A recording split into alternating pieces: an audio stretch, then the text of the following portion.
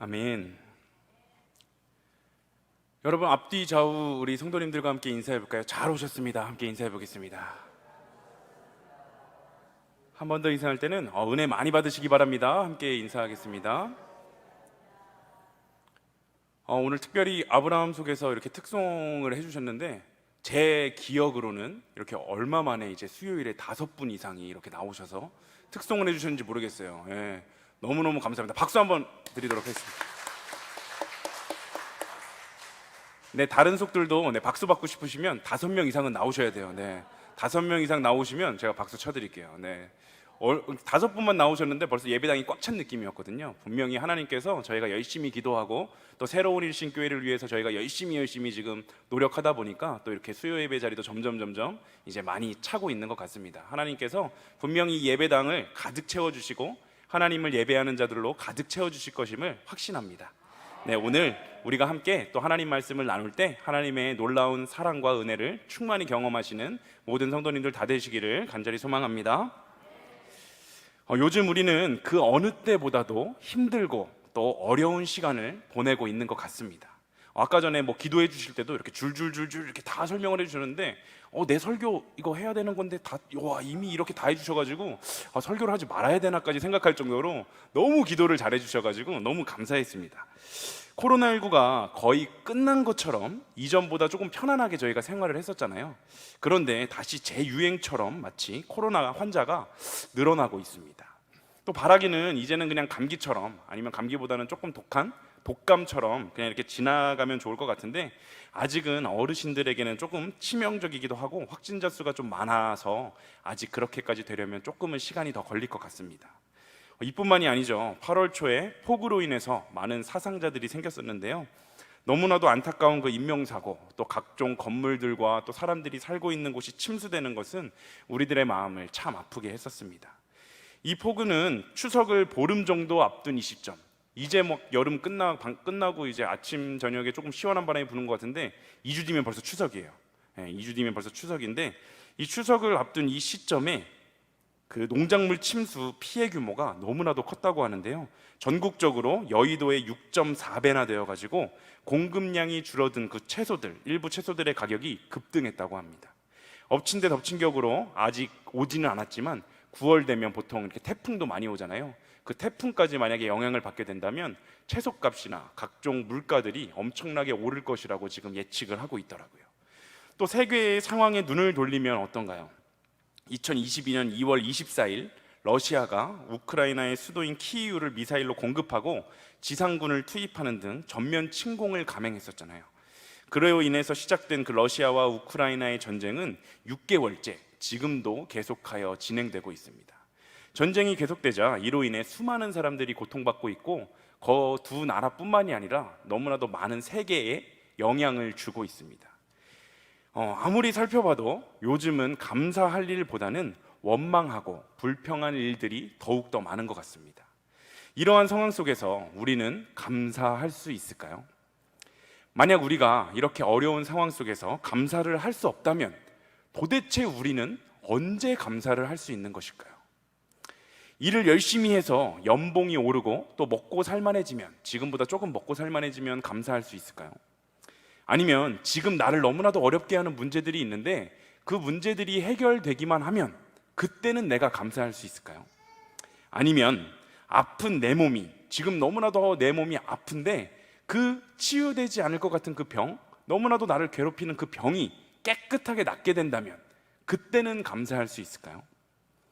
물론 먹고 살만해지고 나의 어려운 문제들이 해결되고 내 몸에 있는 병이 깨끗하게 해결이 된다면, 깨끗하게 나음을 받는다면 우리는 그때 감사할 수 있을 것입니다.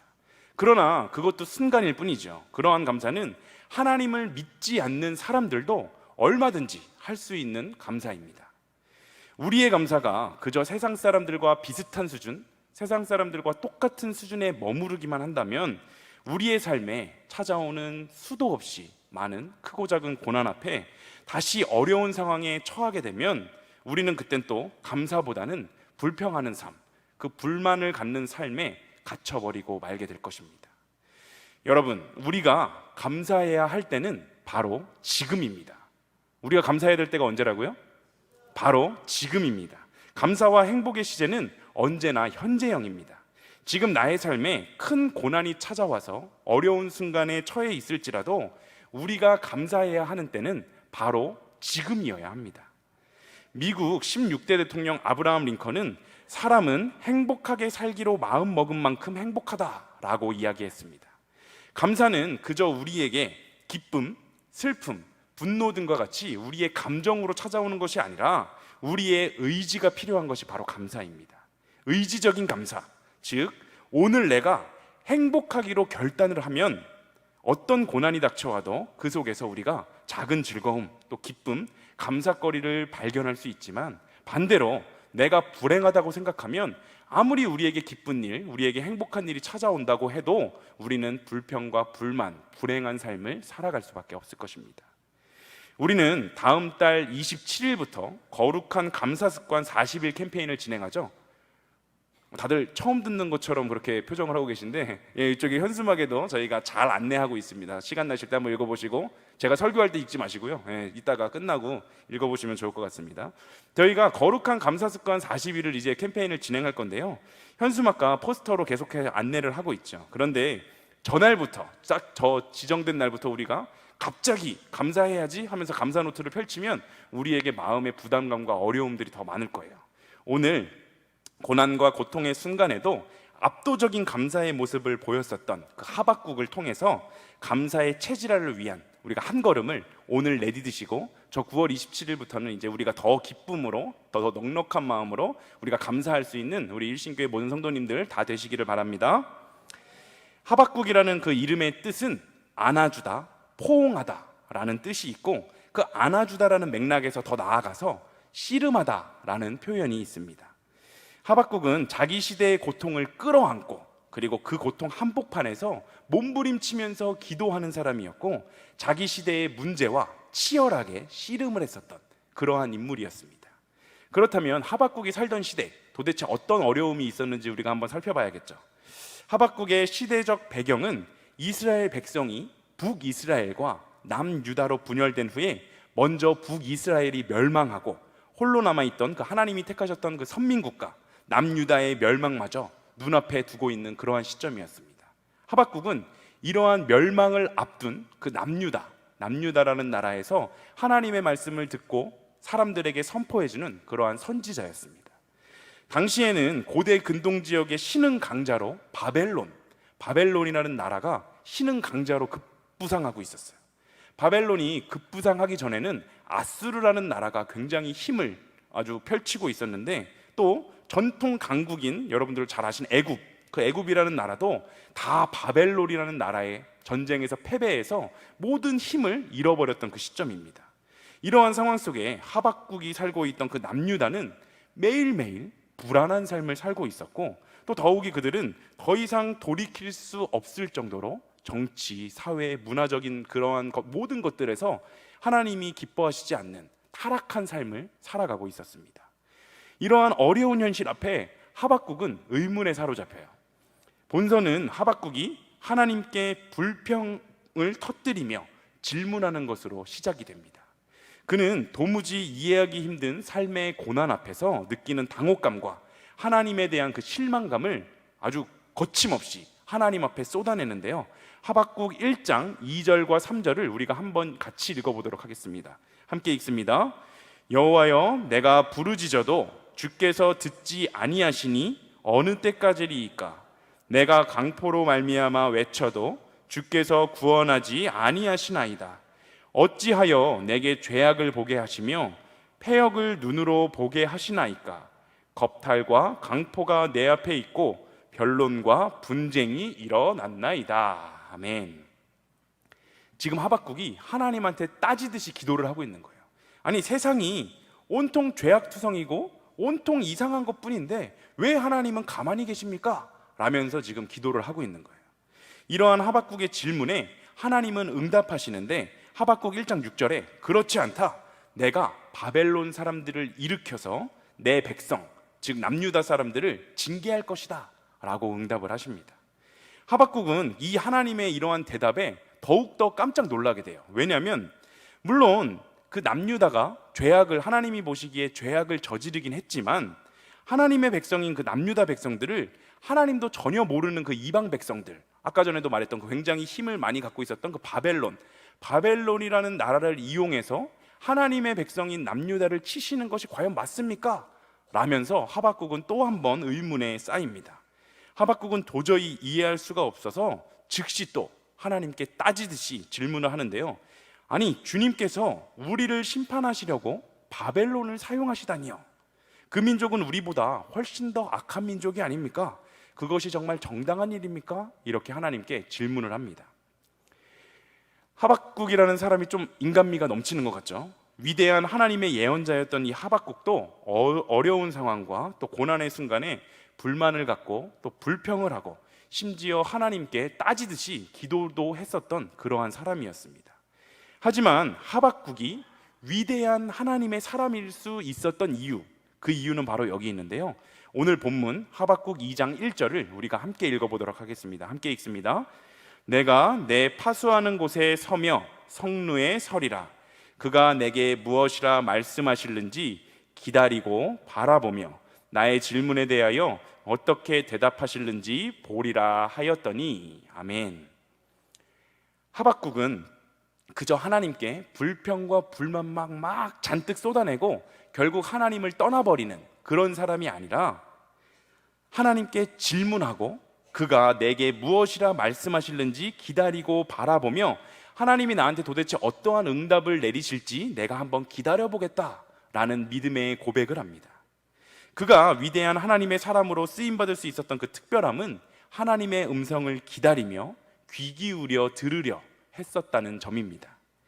우리에게 기다림이 중요한 이유는 하나님은 가장 좋은 것을 가장 좋은 때에 가장 좋은 방법으로 주시는 분이시기 때문입니다. 우리가 반드시 기억해야 할 것은 우리가 하나님께 무엇인가를 구했을 때 그 구한 것이 즉각적으로 응답이 오지 않고 더디 오거나 또 오지 않는 것 같을 때에도 확실한 것은 그 순간에도 하나님은 여전히 우리를 지켜보고 계시고 하나님은 여전히 우리와 함께하고 계시다는 그 사실입니다. 비록 우리의 삶에 고통과 고난의 문제 때문에 하나님이 나를 버리시고 나를 전혀 살피시고 있는 것 같지가 않다라는 마음이 들고 그러한 절망의 순간에도 하나님은 분명히 우리의 곁을 떠나지 않고 우리와 항상 함께하고 계시다는 그 사실을 우리가 기억하였으면 좋겠습니다. 출애굽기에 등장하는 이스라엘 백성들이 애굽에서 종살이하며 고생할 때에도 하나님께서는 그런 이스라엘 백성들을 모른 채 하셨던 것이 아닙니다. 출애굽기 2장 24절과 25절은 이렇게 이야기하는데요. 우리가 또 함께 읽어보겠습니다. 하나님이 그들의 고통 소리를 들으시고 하나님이 아브라함과 이삭과 야곱에 세운 그 언약을 기억하사 하나님이 이스라엘 자손을 돌보셨고. 아멘. 하나님은 이스라엘 백성들이 울부짖을 때 그 기도를 들으셨고 그들을 돌보셨으며 아브라함과 이삭과 야곱에게 하신 그 약속을 기억하였다라고 말씀하십니다. 비록 아직 때가 되지 않아서 그들을 구원해낼 지도자를 보내지 않으셨던 것뿐이지 하나님은 당신의 계획대로 모세를 이미 준비시키고 계셨습니다. 그리고 때가 되었을 때 모세를 불러 이스라엘의 지도자로 세우셨고 또 이스라엘 백성들을 애굽에서부터 결국 구해주셨습니다. 물론 기다림이라는 것이 우리의 말처럼 쉬운 것이 아닙니다. 그 기다림이라는 것은 그것이 해결될 때까지 모든 고통과 고난을 그저 우리가 견뎌내야 하는 것이기 때문입니다. 그러나 분명한 것은 희망 가운데 하나님을 믿음으로 우리가 그 고통과 고난의 순간을 견뎌내고 기다리며 버텨낸다면 그 기다림이 완성될 날은 반드시 온다는 것입니다. 시편 30편 11절은 이렇게 이야기합니다. 주께서 나의 슬픔이 변하여 내게 춤이 되게 하시며 나의 베옷을 벗기고 기쁨으로 띠띠우셨나이다. 아멘. 하나님이 나의 슬픔을 변하여 춤이 되게 하시고 또 나의 베옷을 벗기고 기쁨으로 띠를 띠우실 것을 확신하시는 여러분들이 되었으면 좋겠습니다. 우리의 삶에 어떠한 고난과 고통과 어려움들이 찾아온다고 할지라도 하나님께서는 여전히 나를 지켜보고 계시고 가장 좋은 때에 가장 좋은 방법으로 가장 좋은 것을 우리에게 채워주실 것임을 확신하며 믿음으로 인생의 여정을 살아가시는 일신교회의 모든 성도님들 다 되시기를 간절히 소망합니다. 하박국은 1장 2절에 여호와여 내가 부르짖어도 주께서 듣지 아니하시니 어느 때까지리까 하면서 불평불만을 쏟아내며 이 하박국서가 시작되었었죠. 그런데 결국 2장 1절 하나님이 나에게 무엇이라 말씀하실는지 기다리고 바라보겠다 라고 말하면서 믿음의 자리로 한 걸음 한 걸음 나아갔습니다. 결국 그러한 믿음의 기다림 끝에 하나님께서는 하박국에게 응답하시는데 하나님이 이렇게 말씀하세요. 바벨론을 사용하여서 내 백성 즉 유다를 징계하겠지만 내 백성을 괴롭힌 바벨론 그들 역시 내가 반드시 심판하겠다 라는 말씀을 하박국에게 주십니다. 하박국은 처음에는 하나님의 그 선민인 유다 백성들을 바벨론을 이용해서 그들을 심판하시는 것, 그들을 벌하시는 것에 대한 의문을 갖고 의구심을 갖고 불평불만을 하나님께 막 쏟아냈었는데 결국 그것이 그러한 생각도 교만이며 그릇된 것임을 그는 깨닫게 되었습니다. 유다나 바벨론이나 하나님 앞에서 유다 백성이나 바벨론 백성이나 하나님 앞에 서면 그 둘 다 똑같이 죄인이라는 것을 그 하박국도 깨닫게 되었어요. 이 깨달음을 얻은 하박국은 생각과 태도가 완전히 바뀌게 되는데요. 하나님은 결국 악에 대해 진노하시며 심판하신다. 하나님은 그 남유다 백성은 칭찬해 주시고 항상 지켜주시고 바벨론 백성들은 심판하시고 이러는 게 아니라 하나님은 그 죄 자체에 대해서 언제나 좋지 않은 마음을 갖고 계시고 그 죄를 저지르는 것 자체에 징계를 하신다라는 분임을 이 하박국은 깨닫게 된 것입니다. 그는 이제 더 이상 유다의 심판에 대해서 이의를 제기하지 않고 하나님께 기도하기 시작합니다. 모두의 삶 속에는 어려운 일들이 찾아오죠. 우리 모든 사람에게 여기 교회에 와서는 물론 누군가는 항상 기쁜 얼굴로 있고 항상 감사한 모습으로 있는 것처럼 보일지라도 그 속을 다 들여다보면 누구에게나 모든 사람에게는 어려움이 분명히 존재합니다. 하지만 하나님을 믿는 사람들과 하나님을 믿지 않는 사람들의 차이는 그 어려움, 나의 삶에 찾아온 그 어려움을 위대하고 강하신 하나님 안에서 겪어내느냐 아니면 나 혼자의 힘으로 겪어내느냐, 바로 그러한 엄청난 차이가 있는 것입니다. 하나님은 당신이 선택한 백성, 즉 기름 부음을 받은 자들을 구원하기 위해서 직접적으로 개입을 하시고 세상에서 악을 행하는 자들을 쳐서 무너뜨리시는 분이십니다. 하박국 3장 13절과 14절은 이렇게 이야기하는데요, 우리가 한번 함께 읽어보도록 하겠습니다. 주께서 주의 백성을 구원하시려고 기름 부음 받은 자를 구원하시려고 나오사 악인의 집에 머리를 치시며 그 기초를 바닥까지 드러내셨나이다. 그들이 회오리 바람처럼 이르러 나를 흩으려 하며 가만히 가난한 자 삼키기를 즐거워하나 오직 주께서 그들의 전사의 머리를 그들의 창으로 찌르셨나이다. 아멘. 13절 하나님은 기름 부음 받은 자를 구원하시려고 나오시는 분이다 라고 말하고 있고, 14절 주께서 하나님의 백성을 괴롭히는 자들의 머리를 창으로 찌르신다 라고 이렇게 이야기합니다. 즉 의인은 구원하시고 악인은 심판하시는 것이 이 놀라운 하나님의 섭리인 것입니다. 하나님은 죄악을 심판하시고 하나님의 자녀들을 구원하시며 악인들을 멸하시는 그러한 압도적인 힘을 가지고 계신 분이십니다. 이러한 깨달음을 얻은 하박국의 마음에는 희망이 생기고 기쁨이 생겨나기 시작했습니다. 이 세상을 다스리는 것이 강포와 폭력, 이 세상을 다스리는 것이 악인들이 이 세상을 다스리고 있는 것 같고, 악한 일을 아무리 행해도 그들이 높은 자리를 차지하는 것 같고, 그들이 더욱더 많은 경제적인 이익을 얻는 것도 같고, 그러한 마음의 의문과 의구심이 있었던 그 하박국은 오늘 이 하나님의 말씀을 통해 이 세상을 다스리는 것이 그러한 사람들이 아니라 우리의 편이신 하나님이시구나 라는 것을 분명하게 깨닫게 되었습니다. 지금은 악인들이 힘을 얻고 그들의 뜻대로 세상이 돌아가는 것처럼 보이지만 결국 하나님은 악인들을 심판하시고 하나님이 택한 백성인 우리들을 구원하여 주시는 분이시구나 라는 확신을 그가 깨달았을 때 그의 마음에 있었던 모든 어려움들과 고통과 고난의 문제들은 사라지고 그의 마음에 기쁨과 감사가 싹트기 시작했습니다.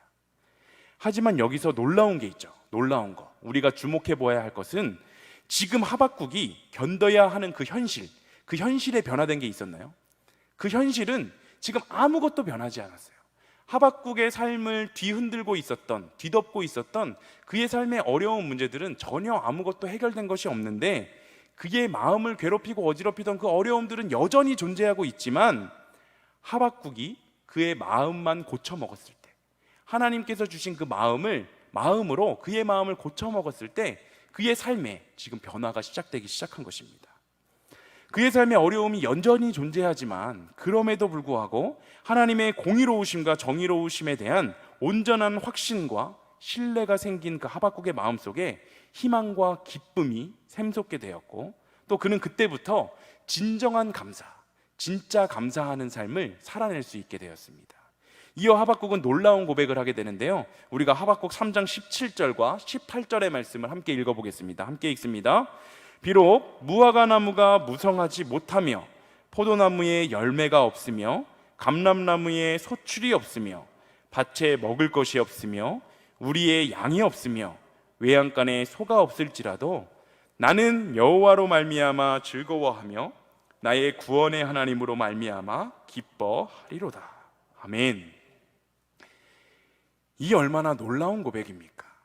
무화과나무, 포도나무, 감람나무에 열매가 없고 밭에는 식물이 없으며 우리에는 양떼가 없다는 말, 지금 이 말은 인간의 생명을 유지할 수 있는 모든 양식이 끊어진 상태를 이야기합니다.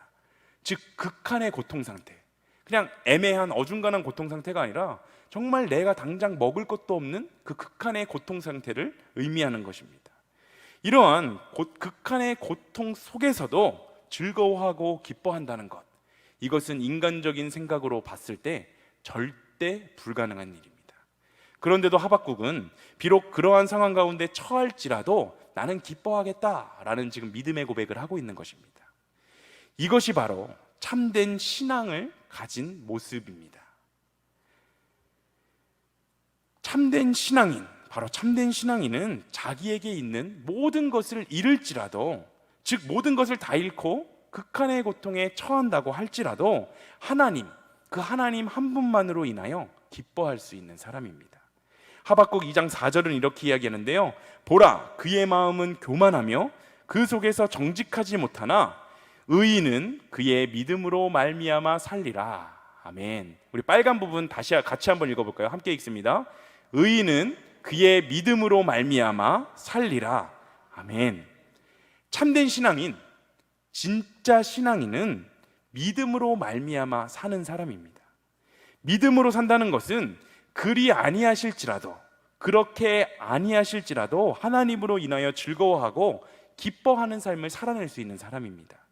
즉 하나님께서 자신의 모든 것, 내가 가지고 있었던 모든 것을 거두어 가실지라도, 현실적으로 큰 어려움을 당하면서 극한의 고통에 우리가 처한다 할지라도 하나님으로 인하여 즐거워할 수 있고 하나님으로 인하여 기뻐하고 감사할 수 있는 삶입니다.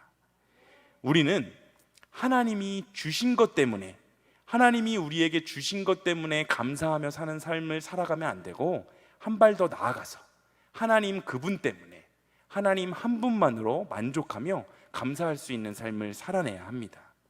이러한 모습, 인간적인 모습으로 볼 때 말이 안 되는 모습이죠. 그러나 이것이 바로 세상 사람들과 구별된 우리 그리스도인들의 모습이고, 이러한 모습을 통해 세상 사람들은 하나님에 대한 호기심이 생기고 하나님에 대한 궁금증이 생기고, 그러한 궁금증을 풀기 위해서 이 예배의 자리에 나아올 수 있게 될 것입니다. 바로 우리의 이 말도 안 되는 것처럼 보이는 이러한 감사의 삶을 우리가 살아낼 때 하나님 앞에 정말 많은 이들을 이 자리로 불러올 수 있는 놀라운 일들을 우리가 바로 행할 수 있을 것입니다. 오늘을 살아가는 우리의 삶, 오늘을 살고 있는 우리의 삶은 과연 어떠합니까? 고통과 고난의 순간에 과연 오늘 우리의 기도는 어떠했습니까? 대부분의 사람들은 이해와 상식을 벗어나는, 내가 원치 않았던 너무나도 힘든 고통과 고난의 문제가 찾아오게 된다면 하나님을 원망하거나, 도대체 왜 나한테만 맨날 이런 일이 생기는 것 같지? 라는 그러한 이유를 찾기에 급급합니다. 오늘 함께 살펴본 하박국 역시 고통과 고난의 순간을 처음 딱 마주하게 되었을 때 처음부터 하나님한테 감사하면서 그 어려움들을 극복했었던 건 아니고 오히려 그 이해되지 않는 현실에 대해서 하나님 앞에 불평불만을 쏟아내듯이 그렇게 기도하였고, 결국 이러한 모습들은 우리의 지금 현재의 모습과 크게 달라 보이지 않습니다. 그러나 하박국의 그 기도, 비록 불평과 불만으로 시작되었던 그러한 기도가 결국 하나님이 나에게 무슨 말씀을 하실지 기다리고 바라보겠다라고 했었던 그 믿음의 고백, 이 믿음의 고백이 바로 오늘을 살아가는 우리의 고백이 되기를 소망합니다. 이러한 확신에 찬 기도 끝에 하나님은 놀랍게 응답하셨고, 그 응답은 결국 하나님이 이 세상의 죄악된 자들을 모두 심판하실 것이며, 하나님이 택한 그 백성들, 너희들을 내가 구원해 주겠다라는 놀라운 아름다운 확신의 그 응답을 얻게 되었습니다. 여전히 하박국을 괴롭히고 있었던 어려운 상황들, 그를 얽매고 있었던 그 현실은 변한 것이 전혀 없었지만, 살아계신 하나님, 문제보다 크신 그 하나님으로 인해 결국 악인들은 심판을 받고 의인들은 회복될 것이라는 그 확신을 통해 하박국의 마음속에는 기쁨과 감사가 넘쳐날 수 있게 됐던 것입니다. 일신교회 성도 여러분, 하박국의 그러한 확신이 이 시간 우리의 확신이 되기를 소망합니다. 우리의 삶에 어려운 문제들은 여전히 존재하지만 그 문제보다 크신 하나님께서 결국 악인들은 심판하시고 하나님이 택하신 자녀, 바로 우리들은 구원해 주실 것이라는 그 확신을 가지고 삶의 모든 고난과 고통의 문제들을 이겨나가시기를 소망합니다. 삶의 어려움으로 지금 힘들고 지쳐서 어려워하고 계십니까? 절망의 상황에 처해 계십니까? 감사할 거리가 하나도 없는 것 같아서 감사할 수가 없으십니까? 그럼에도 불구하고 오늘 바로 지금 우리의 의지로, 우리가 의지적으로 감사하는 삶을 살아내시기를 소망합니다. 우리에게 주어진 그 삶의 조건이 아무리 열악하다고 하더라도 역사의 주인은 하나님이시다. 역사의 주인은, 이 오늘도 끌고 가고 계신 분은 바로 하나님이시다는 사실을 우리가 반드시 기억하고, 그 역사의 주인이 나의 아버지가 되시며 그 역사의 주인이 나의 편이시다 라는 그 확신으로 하루하루를 살아내시기를 간절히 소망합니다. 이러한 굳건한 믿음을 통해 우리의 삶에 어떠한 고난과 역경이 찾아온다고 할지라도 하나님의 도우심과 그 동행하심을 늘 기억하며 기쁨과 감사로 하루하루를 살아내시는 일신교회의 모든 성도님들 다 되시기를 간절히 소망합니다. 이 시간 함께 오직 믿음으로 라는 찬양을 함께 부르며 우리가 다시 한번 말씀을 생각하며 결단하는 시간 갖도록 하겠습니다. 오직 믿음으로 함께 찬양하시겠습니다.